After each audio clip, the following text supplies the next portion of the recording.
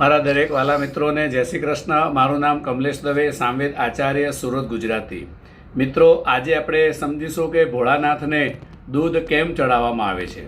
તો ભોળાનાથને દૂધ ખાસ એટલા માટે ચડાવવામાં આવે છે કે દૂધ ચડાવવાથી ભોળાનાથ પ્રસન્ન થાય છે।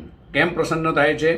તો ભોળાનાથના મસ્તક ઉપર ચંદ્રમા બિરાજે છે અને દૂધ છે એ ચંદ્રનો કારક છે, એટલે કે સફેદ વસ્તુનો કારક ચંદ્રમા છે। ચંદ્રમા હંમેશા એ મનની શાંતિ આપે છે।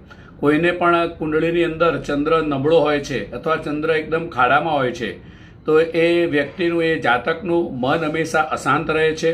કોઈ પણ વસ્તુમાં કાર્ય કરતાં એને બીક લાગે છે, કોઈ પણ એ કાર્ય સારી રીતે કરી નથી શકતો। 10 વાર વિચારવાથી પણ એ માણસ જિંદગીમાં કોઈ દિવસ આગળ નથી વધતો।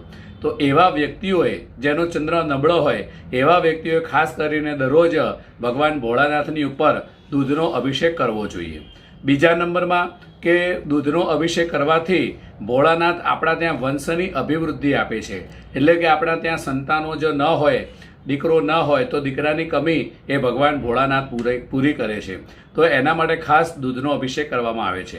જ્યારે અષ્ટમી અને સોમવાર હોય અથવા દર મહિનાની શિવરાત્રિ હોય તો ખાલી પણ સોમવાર હોય તો એવા દિવસે પણ ભગવાન શંકરને ચોક્કસ દૂધથી અભિષેક કરવો જોઈએ અને એ દૂધથી અભિષેક કરવાથી ભગવાન ભોળાનાથ પ્રસન્ન થાય છે।